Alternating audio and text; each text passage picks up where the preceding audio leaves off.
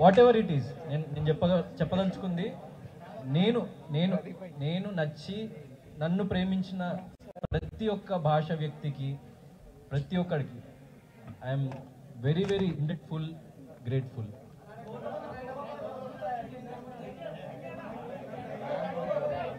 Solo Boy movie producer Satish అన్న. సో చాలా మంది అదే మీకు చెప్పినట్టు విజయం అంచుల దాకా వచ్చి అరే పోయింది కదా అని చాలా మంది కమెంట్స్ పెడుతున్నారు. You are the real winner అని చెప్పేసి కమెంట్స్ పెడుతున్నారు.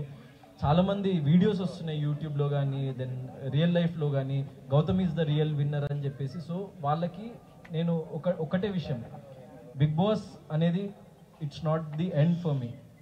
నాకు అదొక కొత్త బిగినింగ్ అండ్ నా న్యూ చాప్టర్ త్వరలో రాబోతుంది. అదే Solo Boy film. Movie complete అయిపోయింది. సో మూవీ చాలా అద్భుతంగా వచ్చింది.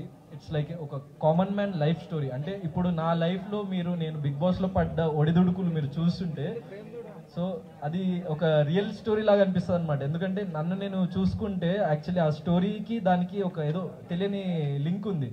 సో ఒక కామన్ మ్యాన్ ఎట్లా ఎన్ని ఒడిదుడుకులు అనుభవించి లైఫ్లో ముందుకు వెళ్ళిండు అన్నదే ఆ స్టోరీ. సో మంచి లవ్ స్టోరీ ఉంటుంది, దెన్ మంచి ఫ్యామిలీ ఎమోషన్ ఉంటుంది. Very very clean subject. అంటే ఒక యూ సర్టిఫికేట్ ఫిలిం.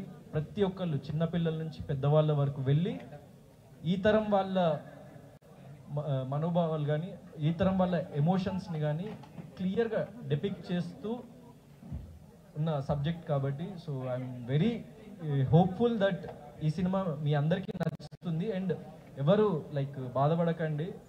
నాకు ఇప్పటివరకు సపోర్ట్ చేసిన ప్రతి ఒక్కరికి చెప్తున్నా, నా ఫర్దర్ స్టెప్లో నాకు సపోర్ట్ చేయండి. సరే మన బిగ్ బాస్లో అక్కడి వరకు వెళ్ళలేకపోయినాము కప్పు వరకు, కానీ నిజ జీవితంలో నన్ను గెలిపించండి. నిజ జీవితంలో నా సినిమాని గెలిపించండి. రిలీజ్ డేట్ అంటే నేను ఇప్పుడే బయటకు వచ్చిన కాబట్టి ఇంకా ఫిక్స్ అవ్వలేదు. ఫిక్స్ అయిన వెంటనే next minute I will give the information. అవునవును, అది సమ్ 13th వీక్ ఏదో తగిలింది.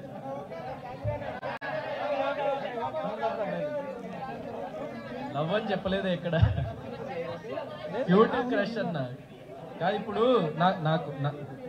నాకు లైక్ పెళ్ళైన వాళ్ళు కూడా వచ్చి యువర్ మై క్రష్ అంటారు. అంటే ఇట్స్ అదొక ఏంటి, ఎదుటి వ్యక్తిని మనము కాంప్లిమెంట్ చేస్తున్నట్టు.